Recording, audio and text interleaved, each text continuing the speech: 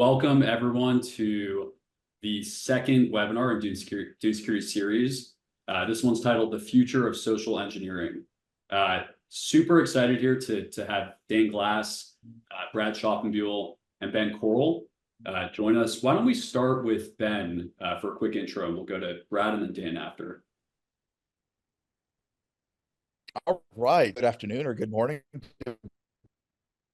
depending on where you're coming from. But my name is Ben. I have the privilege of serving as a CISO and resident or Zscaler, just that enterprise for a decade, and of an advisory type role. So I get to be CISO to CISOs now, and I've been with Zscaler for a couple of years now. All right. Thank you, Ben.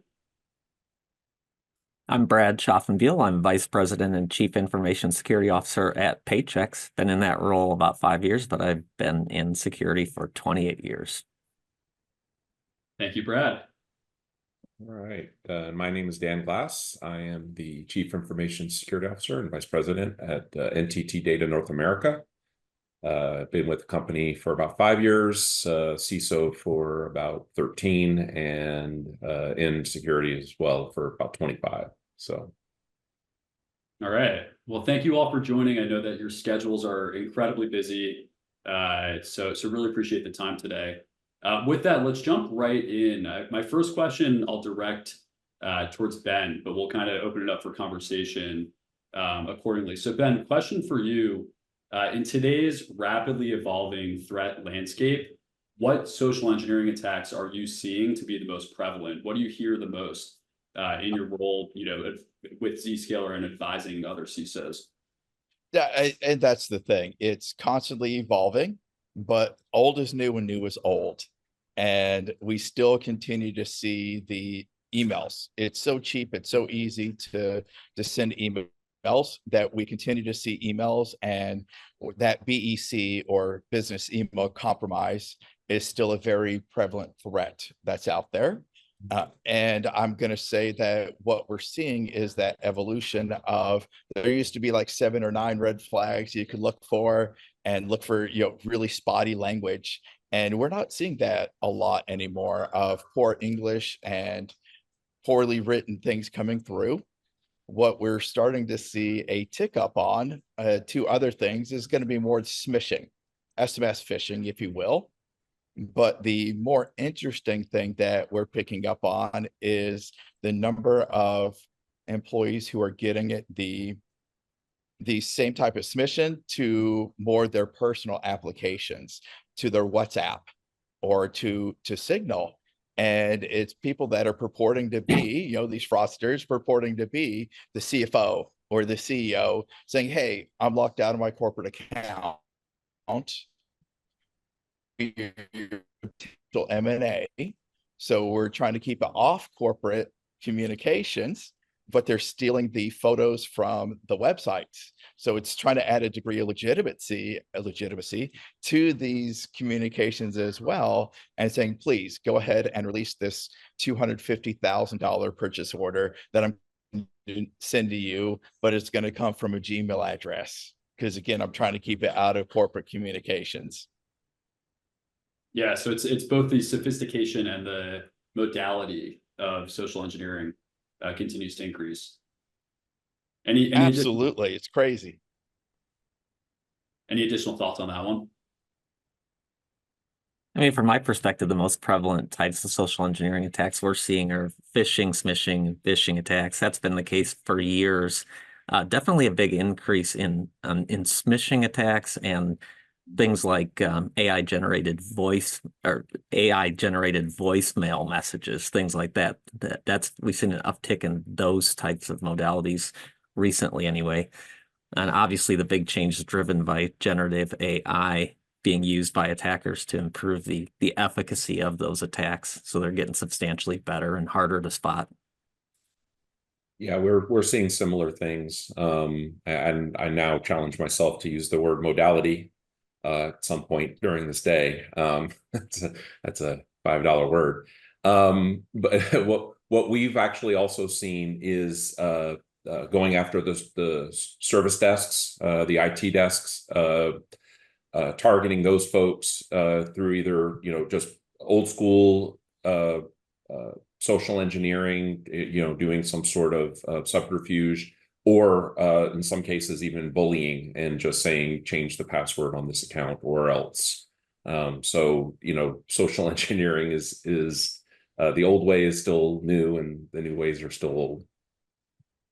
Yeah, and just to follow up, so on Brad's point, is it with the generative AI, is it more the sophistication, the deep fakes, right? Like the effectiveness of that attack, or is it just the scale? Are there just more attacks, right? What's kind of a bigger The answer is yes to both of them. Yeah, the volume is higher and the quality is higher. quality and the quantity? Yeah. Okay.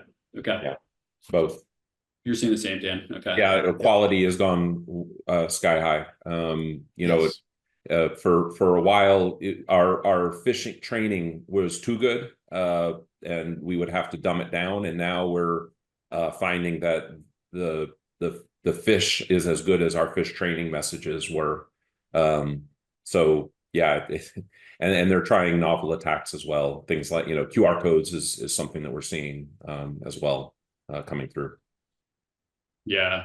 And I think the traditional approach to educating employees and to making them aware, to increasing security awareness, right, is to train employees and to make them kind of this like frontline defense. I think KnowBe4 was kind of the pioneer of this space, 12 years ago, 14 years ago. I guess let's fast forward to today, right?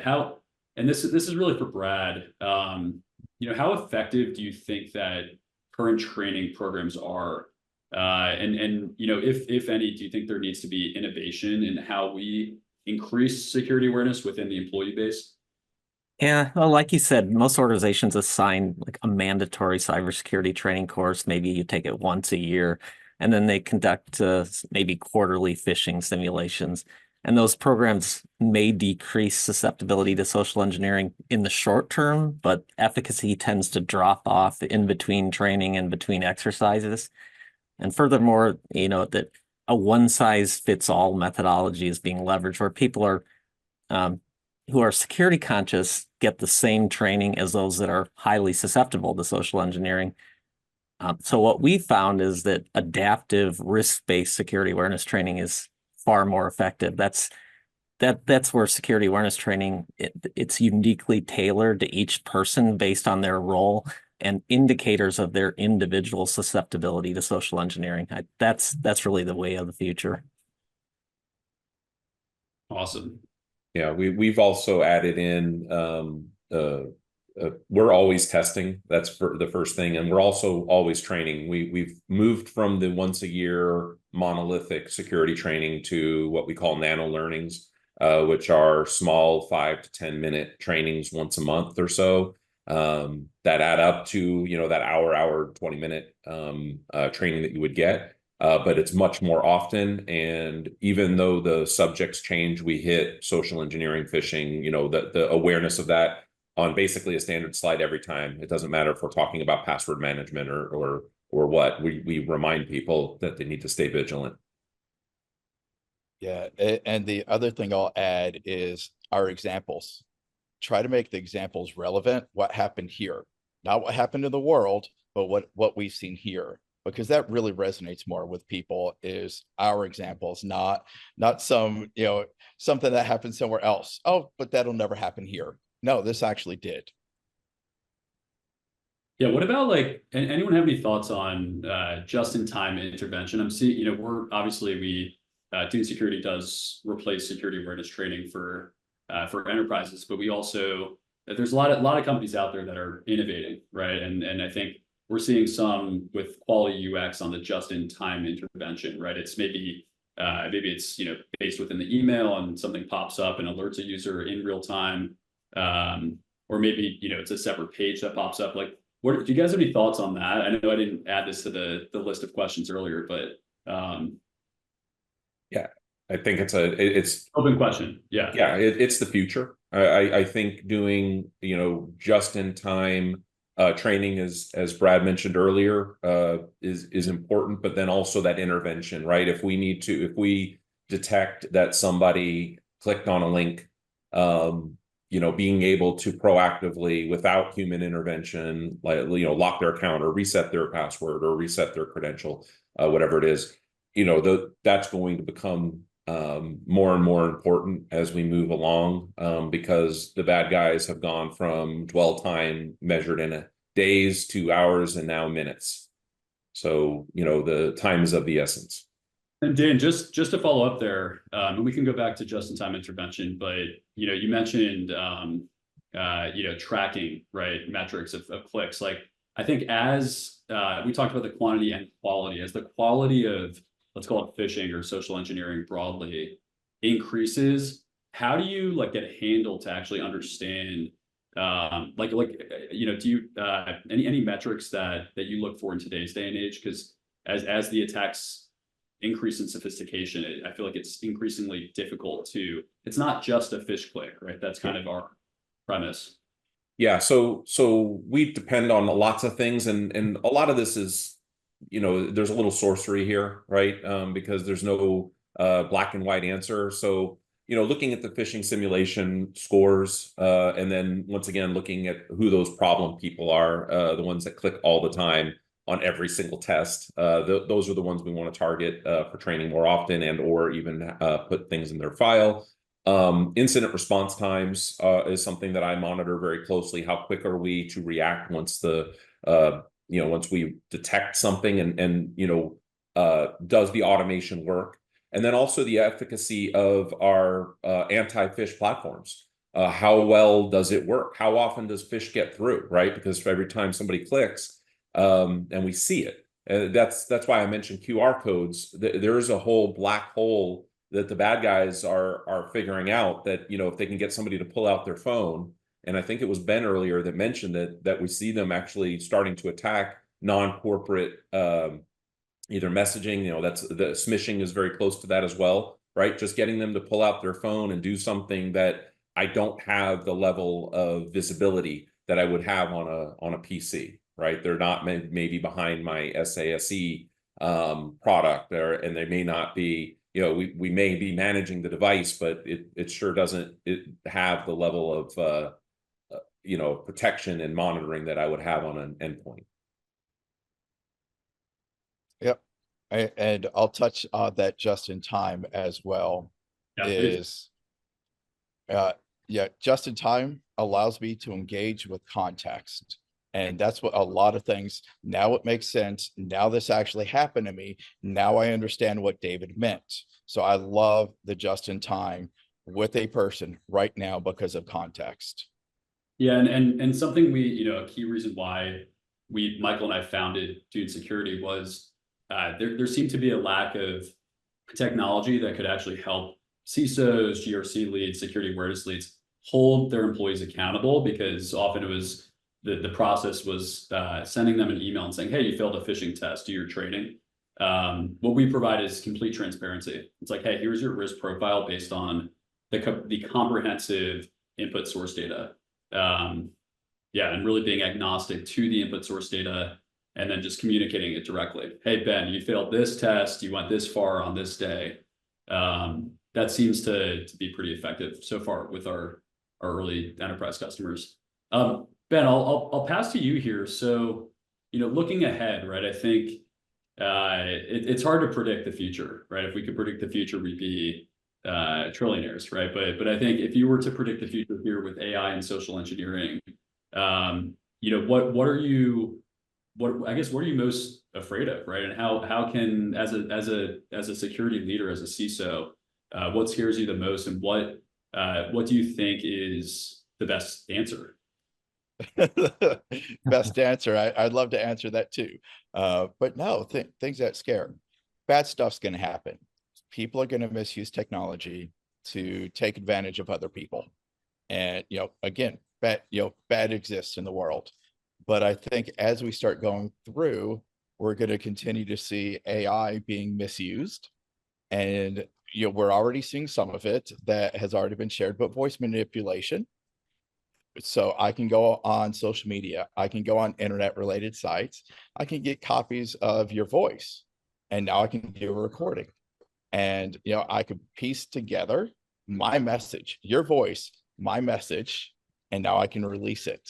And it'll be convincing enough that even your mother won't be able to tell that it wasn't you. So voice manipulation is going to be one. Deep fakes, and these are only going to get worse in an election year now. And but this is starting to even show up in Hollywood. We saw deep fakes in the movie The Fall Guy. You saw deep fakes in sitcoms such as Bull, and where you have these instances that are showing up. So the deep fakes are going to get even more. Or you're going to have somebody who was recorded doing or saying something, and then go say, "Ooh, I never did that. I think that was a deep fake," because they don't want to own up to something that they did or said in the past. But when you saw some of these AIs coming out originally, they were writing very basic sentences. But now we're seeing that the natural language processing improve. So it's, look at how well they're already crafting these phishing messages. Now add context, the things that you said, the things that you posted, now being used to craft an even better phishing lure against you. Those are some of the things that I'm seeing as well. Now, what's the solution? And I've gone round and around with some of my peers who are, well, you don't need to train because people are going to fail. Buy more tools, buy better tools. Well, the tools are going to fail too. They're written by people, they're configured by people, they're monitored by people. So if you're saying people are the weakest link instead of our best sensors, but no, education, let people know. And in these instances, go ahead and use examples. And did anybody, in your newsletter, did anybody see the Fall Guy and say, this is actually possible, and let them know. But then fill in the blanks of, it was sensationalized, but this is the reality. And these are some of the instances that we have seen in the real world. It's kind of that mix of the technology, the castle walls, right? The system-centric approaches. Yep. Also dealing with the human layer, right? An example of a good system-centric approach, I think Bessemer funded a company called Clarity a couple of months ago, and it's deepfake detection, right? So there was that hack in I think January where there were 10 executives on a Zoom call in Hong Kong. 9 of them were deepfakes, right? So maybe that could have been resolved if there was deepfake detection embedded in that Zoom call, but also perhaps the person who ended up sending the $25 million, I believe, could have been more aware of that situation. So I think it's like approaching it from all angles, right? Absolutely. And, digging deeper, I think there were 2 or 3 separate calls in order to get to that $25 million mark. So craziness. Yeah. Yeah. I mean, I think what we did the next day was, after that happened, we within 2 hours built a completely customized, super high quality training module and shipped it to all of our end users, right? So it's like as the attacks increase in sophistication, immediately alerting people and trying to get their attention. Let's go to the next question here. So I'll direct this one towards, actually, let's just open this up. I mean, I think generally, using AI to prevent, right, as a defensive mechanism, just open for Dan and Brad. What are you guys seeing? And how do you think AI can best be used to prevent these types of social engineering attacks? And I'll start. I mean, one way to fight sophisticated AI generated attacks is to leverage sophisticated AI to detect it. You can implement technology that detects AI generated text, video, and audio. The problem, though, is that it's a cat and mouse game, right? Attackers will eventually find ways to fool AI-based detection mechanisms. Then defenders will find ways to detect that, and then the cycle will just repeat. I found that probably the most effective mechanisms for foiling social engineering are often the most old-fashioned and unsexy. They're things like dual control and callback verification for transactions.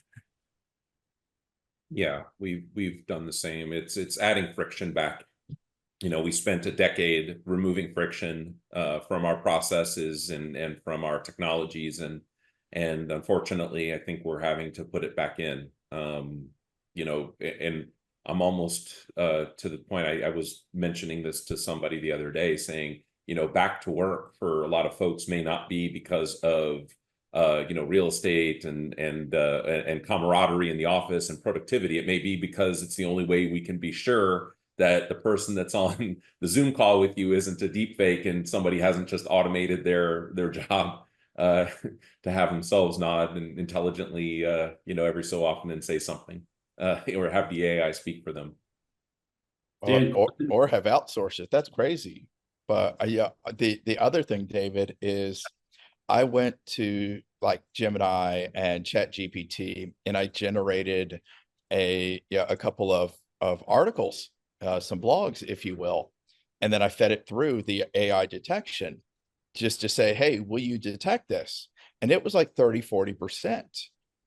So, I mean, even trying to use AI to detect AI, I know it was generated, but I will say the better the prompt I put, the lower the percentage of detection. Yeah. So, there are ways of manipulating it right now. The better the model, I think, GPT 4.0 or whatever came out, I think a month ago at this point. So I think GPT 5, they're saying that GPT 5 to GPT 4 will be the same difference of GPT 4 to GPT 3, which is that's wild. Dan, I have a question for you. 30, just based on LinkedIn, it looks like NTT Data has 37,000 employees and some probably.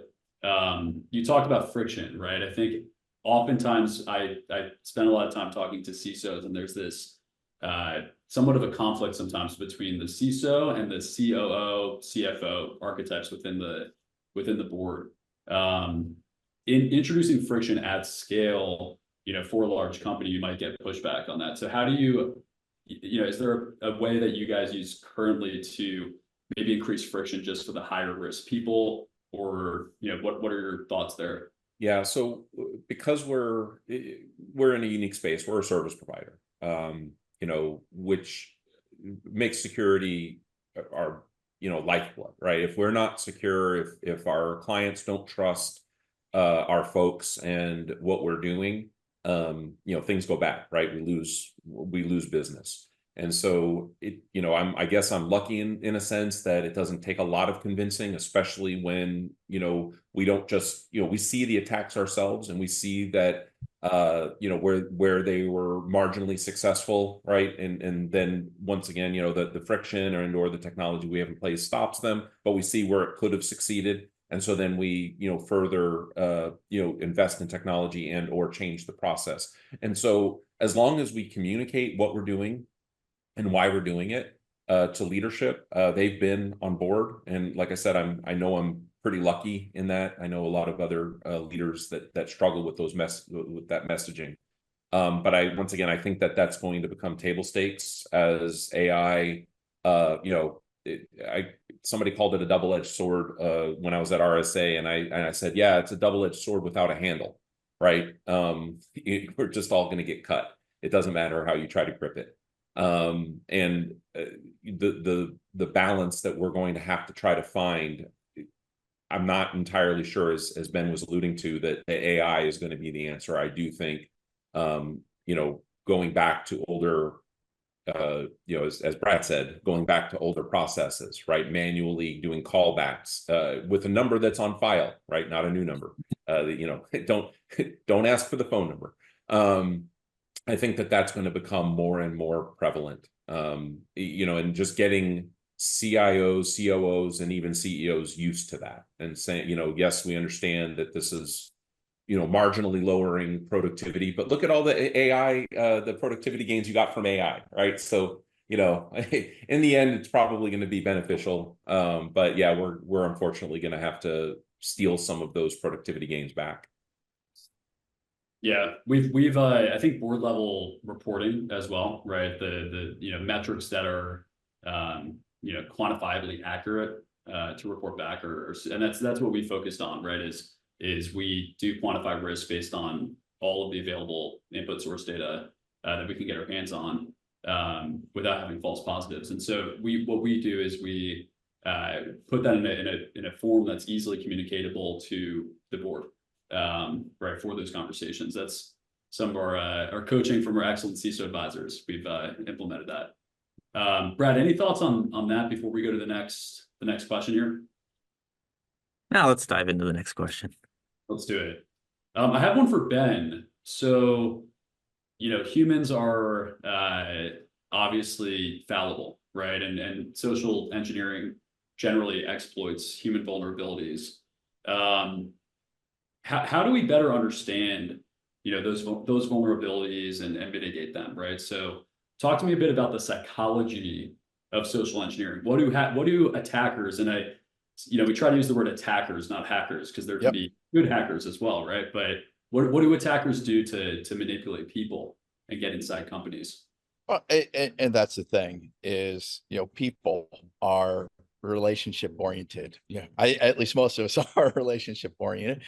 We want to relate, we want to help, we want to feel needed, helpful, and dare say relevant as well. Whereas the attackers try to take advantage of feelings and emotions. So they're going to hit us up and they're going to say, oh, a family member was in an accident and you need to transfer money, and they're going to get them life-saving care because they know you're on travel. Or they'll say, transfer something in the next 30 minutes or I'm going to disable your credit card if you don't pay $150 fee right now in the next a hour or so. So they're using people's emotions. They're toying with us, and they're also using time manipulation to get us to take an action very before time to think about it, before that logic can kick in and say, oh, something doesn't smell right, doesn't feel right. So they want us to take that immediate action as well. So that's some of the things that that they're exploiting right now, is that emotions and time, which is why I left earlier of how do you get around that? Well, processes. You put processes in place. Education. Making people aware, and but from a personal usage, let people know what those common scams are. There are, the CFO is never going to call you, or is unlikely to call you and say, hey, I need you to run down to, whatever store and pick up gift cards. Not going to be legitimate. They're not going to ask you to do that. Let them know what those are, so that when they are engaged, they know how to handle it. And from a corporate perspective, I love putting processes in place. And, we put a 7-step process in place in my last organization. Before you can change a bank account, or before you can write a purchase order over $25,000, you had to have TPI, two-person integrity. 2 people had to sign off. So it wasn't just what Ben thinks, what David thinks. We had processes to slow things down. Yeah, it sounds like slowing things down generally is critical. And Ben, a couple follow-ups there, and I'll kind of open it up. But what we found is that you need to figure out where the risk is, and a big part of that is specifically spear phishing people. We at Dune Security, we automatically spear phish people. We send them testing based on their role, their company, their function. To your point, Ben, the attackers are often not, let's call it like politically correct, right? They're going to do things that are deeply offensive, hurtful, saying, hey, you're fired and click here to get your severance, right? How do you manage that within a phishing simulation or a white hat social engineering environment? I mean, we've definitely had a lot of conversations with our enterprise customers about, how far do you go in the testing? Well, that's, testing should mimic real life. People are going to get that. And so you have conversations with your execs, you have conversations with HR, and you're going to sit there and say, this is what we're going to test. I get their sign-offs and their approvals, but these are things that are seen in real life. We can't hold back. Yeah. Any other thoughts on that? To fail. We're not trying to get people to. And any other thoughts on that, Dan and Brad? Oh, sorry. Yeah, from my perspective, the main difference between let's say a human firewall and a hardware firewall is the hardware firewall consistently responds the same way to threats. That's what makes humans such a perfect target for attackers, inconsistency. But that human weakness can be reduced with training. So training is essentially vulnerability remediation for the human firewall. So if we change their thinking, we can change their susceptibility to social engineering.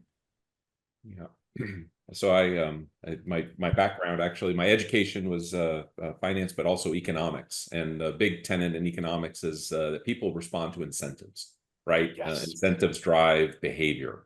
And so you always want to look at what are the incentives, and then trying to either change the mix of incentives for, let's say, I'm going to pick on the service desk again. If their incentive is to do first call resolution, and they're measured and paid by that, social engineering is going to work a lot better than if you add in a mix of, yes, first call resolution is important, but security and following process is also just as important. And if you deviate from process, you're penalized more than you're rewarded by doing the first call resolution or closing the number of tickets in a month or getting a high CSAT rating, customer satisfaction rating. Just understanding that incentive structure and trying to manipulate it so that they're not just incentivized to do the most expedient thing. Yep. Yeah, I think Brad, you were kind of touching a bit on improve. So Dan, we'll go back to you in a second on incentives. I want to pull that thread more, but on the note of culture, right, Brad? So you're talking a little bit about how training is critical. How do you obviously, I think targeted training and training people at what they might be in which ways they might be putting the company at risk is important. But I think at an organizational level, how do you think about improving organizational culture around this, right? To maybe empower people to defend the company and be that true first line of defense, like a lot of the marketing we've seen with these companies over the years. Yeah. The goal of most security awareness training programs is to drive a security conscious culture. Humans are inherently social animals, and cultural norms significantly impact, individual action. So if you can make good security hygiene a cultural norm, individual employees will adopt good security behaviors. Cultural norms are typically driven from the top down. So you need to encourage the organization's most influential leaders to model the behaviors you want. That's one of the reasons that we leverage company leaders to help spread the word. Tell me more about that. How do you leverage company leaders? Is it the C-suite or is it people's managers? How do you tend to do that? Yeah, I mean, we tend to use, again, small microbursts of videos from our key executives because everyone in the company knows who they are. We found that to be incredibly helpful. Nice. And Dan, let's go back to incentives, right? I also studied economics undergrad, so I love that. Tell me a bit about, there's kind of the carrot or the stick model, right? And we go back and forth. How do you think about that? How do you balance, that act? Do you think that the stick is often, perhaps maybe restricting people's access if they're failing testing or failing, real phishing attacks? Yeah. How do you think about that? So, yeah, that's a tough one. We don't like to use the stick. The way, at least one of my philosophies is, we never want to put a security decision into an end user's responsibility, right? Yeah. To their hands, or at least try not to. That's, so things like data classification, trying to get them to, classify their data. Once again, they respond to incentives. So if their incentive is, well, if I click that this is confidential, I can't send it to the person I want to send it to outside the company, but I need to send it to that person outside the company. But if I mark it as public or internal use, I can go ahead and do that. So once again, what's the incentive there? So taking this back to social engineering and training, once again, it's really trying to design the training program around those ideas of, what are their incentives? How are they going to judge a decision, whether it's clicking on that link? And we are terrible. And I'll raise my hand and say I am terrible. I send out corporate communications to everybody saying don't click on links. And for more information, click on this link. I don't know how to solve that problem necessarily, but I see it as the problem or part of the problem. And so, you know, part of this is a technology solution, right? We need better training and a better way of thinking about the training, right? Once again, we're social animals, you know, trying to parlay that and then understanding that incentive structure to get to something better. I certainly have not cracked that nut yet. And I know, David, you're working on it.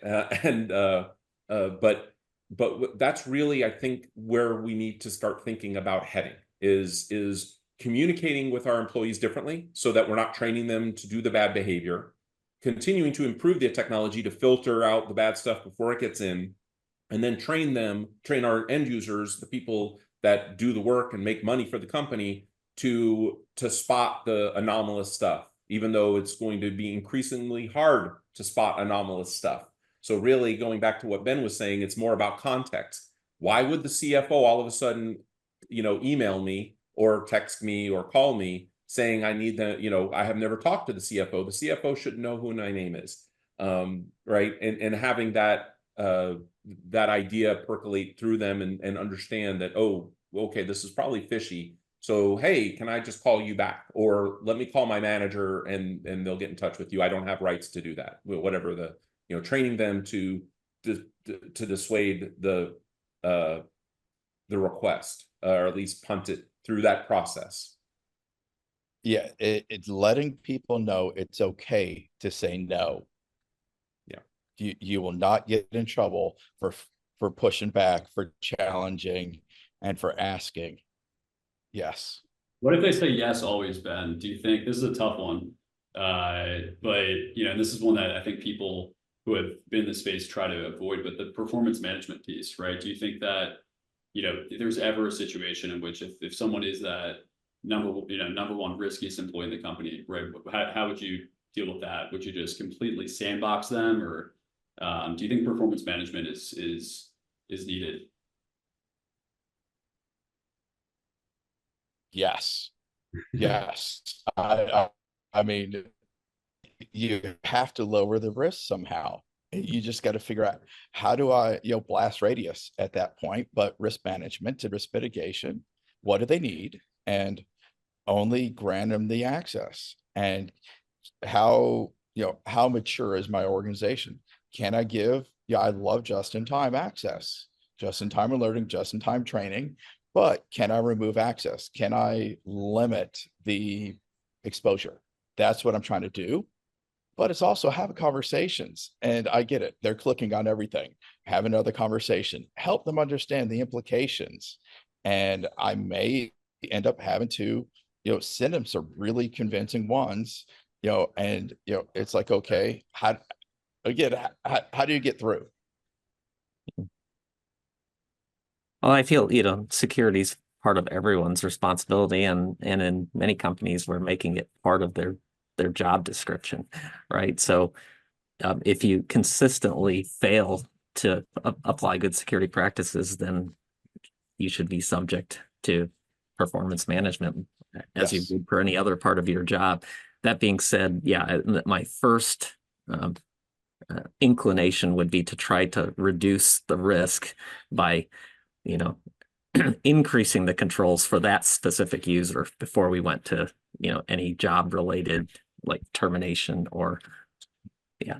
But that's what the processors are for, right? Processes are there to protect not just the company, but also the employees.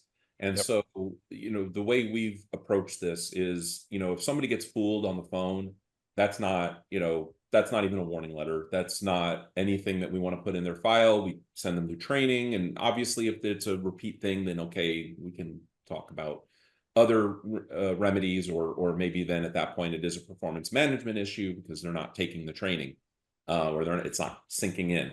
However, you know, protecting the honest mistake with that process, and then making it so that somebody would have to go outside the process to subvert, you know, to do the wrong thing, right? To reset the password without going through XYZ mechanism, right? The MFA push or whatever thing you do. Those are the times that performance management needs to step in, and it needs to step in quickly and heavily, because that's the type of behavior you really need to root out, is the people who are willing and able to just subvert your controls. Yeah. We check for carelessness, differentiated from ignorance, right? And I think they're very, very different things, right? And it sounds like, to me, this is great, I think, affirmation and validation for what we're doing, because every organization has different policies, processes, culture, right, when it comes to all these things. And so what we try to do is just provide the tool that's this like central repository and of intelligence engine of employee risk, so that the companies and the security teams can deal with that however they want, right, and integrate that perfectly with their systems. And I think let's go to a bit of a different question here. So I think it's oftentimes, and I think the pendulum swings over time, but there's this balance between trust and security, right? Or privacy and security, right? I don't know. Does anyone have any thoughts on are we moving now that AI is increasing the sophistication of attacks, not just in social engineering, but in all different types of attacks? I think the job of the CISO becomes increasingly difficult over time. How do you manage that balance between trust and privacy and security? And I'll just open that up to whoever wants to take it. So I'll jump in first, I guess. It's about communication.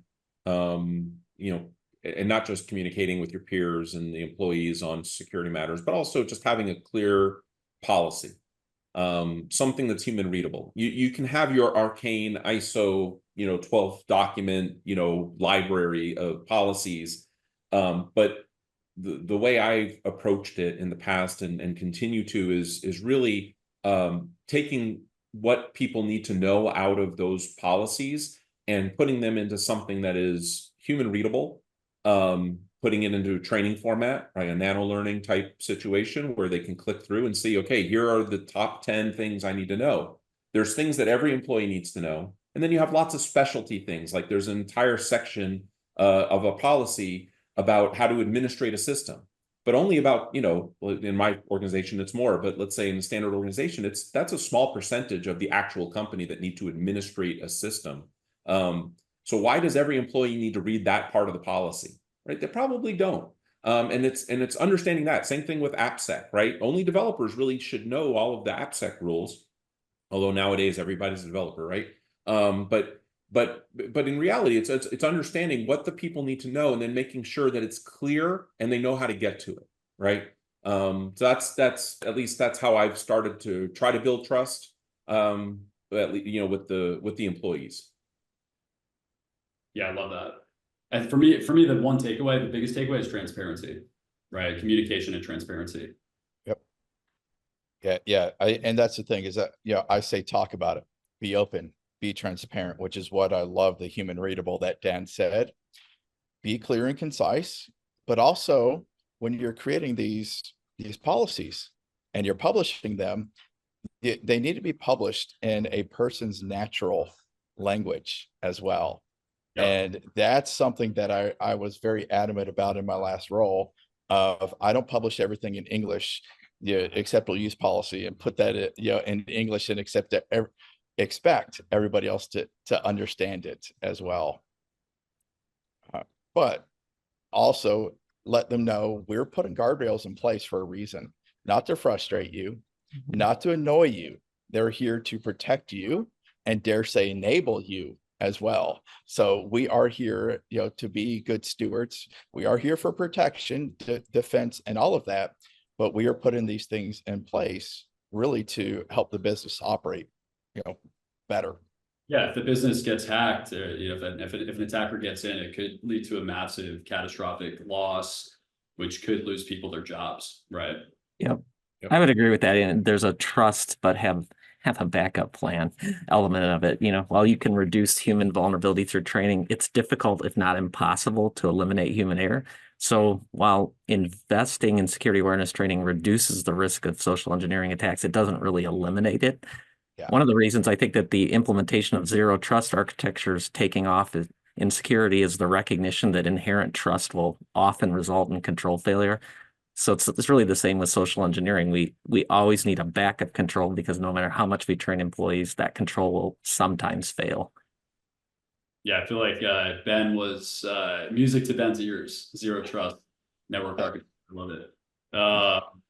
Cool. That's actually where I started my career as well in cybersecurity at a company called Perimeter 81. So I'm going to open it up here. If anyone has any questions, now would be the time to put it in the Q&A for any of the attendees here.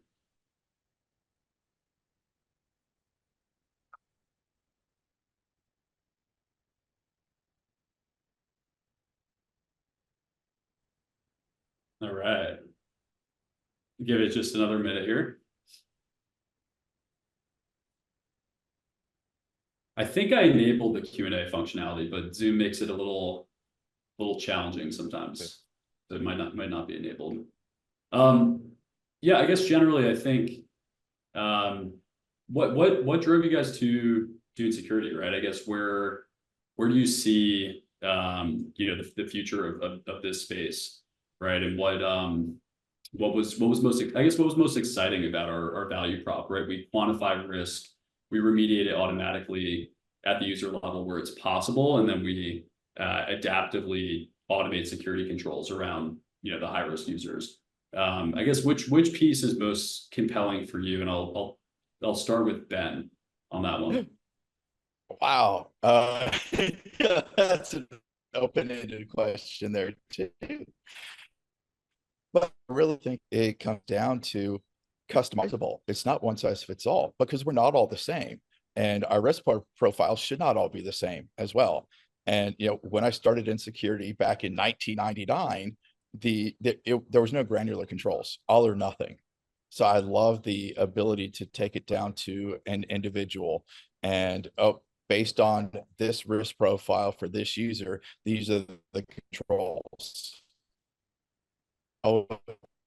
Isolated environment, cloud browser isolation, remote browser isolation, whatever that is, in order to better protect the organization while still enabling you. So I like that.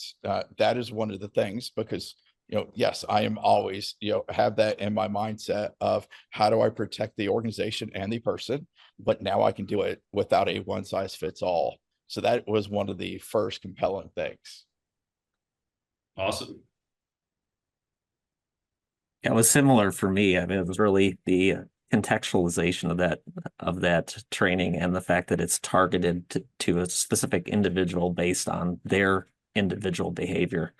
I think that makes it a lot more meaningful and results in the end user fully grasping the concepts rather than the one size fits all approach. Yeah, same. Just having technology isn't a panacea, but it sure can help. And this is a case where, being able to quickly and automatically, do we'll call it just in time instead of provisioning, it's deprovisioning, of access. That goes back to that question you asked earlier about, how do we handle, the human resources side of this? Well, if we do this, it gets a little easier, in my opinion, right? Because we can address it right then and there. They see the consequence immediately. It's not, hopefully their manager says, well, you were offline for 2 hours because of this, and that's, so, what are we going to do to rectify that? I have a question here, and Dan, yeah, I think on that point we talk about the castle walls exist, right? I think a lot of the innovation and investment in security coming out of places like the NSA or Israel's 8200 have been in identity or network or endpoint, and we just haven't seen. I think we haven't seen enough investment or innovation in this space. And so what we're doing is trying to dynamically move the castle walls around the employees, right? Based on their more or less real-time risk profiles. Question from the audience: what are the key components to effective remediation and continuous monitoring? And that might be, maybe that question could be answered broadly, not just within the context of social engineering. So what are the key components to effective remediation and continuous monitoring? It's well, I mean, I'll start. It's really understanding your environment, knowing what good looks like, having a good we'll call it a CMDB, and I know that our asset management database and configurations. It's knowing first of all what's supposed to be there versus what's not, and same goes for identity. That's really the first piece, because you don't know what an anomaly looks like unless you know what good looks like, and and trying to figure out one from the other is sometimes hard. So I usually advise folks, define what good looks like. That's up to you. And then, instead of putting sniffers on the network and trying to back into it, just say, this is the behavior we want. These are the systems that are approved. Everything else is now considered rogue. And so, and I'll pause there to let Brad and Ben jump in. Oh, I'm gonna steal a good answer from someone who posted one up here, which was culture, and a combination of culture and effective business processes. Both of those are great ways to tackle effective remediation and continuous monitoring. Mm-hmm. Yeah. I like the statement of, if you know what normal is, you can spot abnormal, or I've heard it, spot evil as well. But it's back to that context earlier. If you know what normal is for Dan, and now you're seeing a bunch of not usual traffic, that's probably what you want to alert on and have somebody take a look at, or somebody reach out to Dan. Why are you now logging on from Singapore? Are you on holiday? Are you on travel? Why are your connections coming from Singapore now? So again, no normal, spot the abnormal. And spotting the abnormal, and shout out Abnormal Security is a great product. We'll probably build a great partnership with them in the not too distant future. But really great question here from an anonymous attendee. Obviously, within KnowBe4 and Proofpoint, Wombat, and some of these security awareness tools, as well as just SEGs generally, there's often a phish report button. We're obviously seeing a ton of smishing. I think smishing is on the rise, is increasing in incidence, just because everyone can, any person can have access to anyone's phone number these days, right? There's all these ways to crawl and to find this stuff. Even just sales tools would make that easy. So smishing is on the rise. Vishing is on the rise. We saw that MGM breach last year, where the attackers called into the IT help desk and reset credentials, shut down the entire casino for, I think it was a matter of days, right? Losing them tens of millions in revenue. If not more than that, I'm not certain on the numbers. So smishing and vishing, right? How do you report that, right? Like what, I've seen in organizations I've seen people screenshotting smishing, putting it in the security channel. Like, is there, maybe there needs to be a company built around that process. Have you guys seen anything else? And it's usually, we ask our folks to do a screenshot on their phone and send it to our CSERT inbox. Exactly the same procedure here. Yeah, not great, but that's what works and is available. Yeah. And that's the thing. We're asking people to do that. But people have reported, false positives. I used to send a security news. People reported that as phishing as well. So, I mean, but at some point, people, as I said earlier, they're your best sensors. They have intuition. They're going to have to take some action and that, report these as well. Yeah, no, that's a great point. Yeah, the vishing thing is crazy. We're I mean, and I think another question there on smishing, right? If you have to test people with all of these different vectors, right, or modalities, then how how do we test people via smishing if they don't have company-owned devices, right? You know, should we be sending smishing tests to people's personal cell phones? I mean, because that might be crossing a line for some companies. Yeah, you know, you'd have to check privacy regulations, you know, especially internationally. I have to deal with a lot of international company. You know, we're an international company, so that would be difficult. And then once again, if your company's not paying for the phone, and it's not a company phone number, it's a personal phone number. Yeah, I don't think I could get that past our legal department, let alone do I think it's even the right thing to do. You know, but I mean, but on the other hand, we know that our folks get smished, right? We see it, we get the reports, and we you know, I have a 1 to 50, you know, for every one person that reports it, we probably have 50 that don't, because they don't realize, you know, they probably think it was just a random, just bad text message or whatever, right? So, Yeah, it's a tough one. yeah. I think yeah, Ben, anything to add there? Or? I was just going to ask it, you know, if it's a personal device, if you know, you just have to think about risk. You know, do they even have access to corporate information? And if there's no corporate information on there, do you care that it's being hit, other than do standard training and awareness? You know, from a risk-based perspective, that's probably not high up on my list to address. Yeah, we actually take we try to preach holistic security. So we call it security at home, and we try to encourage people to think, you know, because their home network, because we've actually, you know, we have you know, software on the computers that can see what else is on the network, you know, when they're at home even, and you know, we see malware coming from their other machines on their, you know, on their network, and you know, running into those situations sometimes even get sticky trying to do the right thing and say, hey, you know, your husband's computer may have a virus, you know, your kid's computer has a virus. People just do not like to hear that message. Agreed.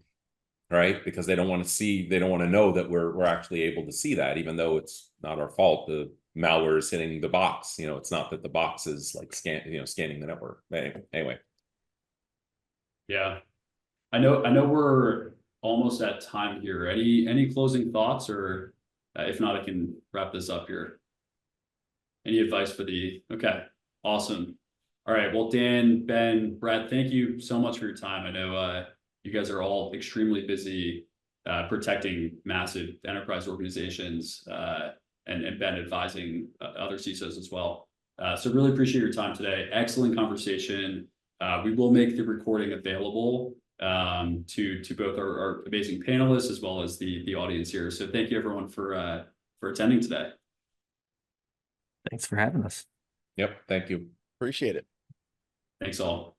All right.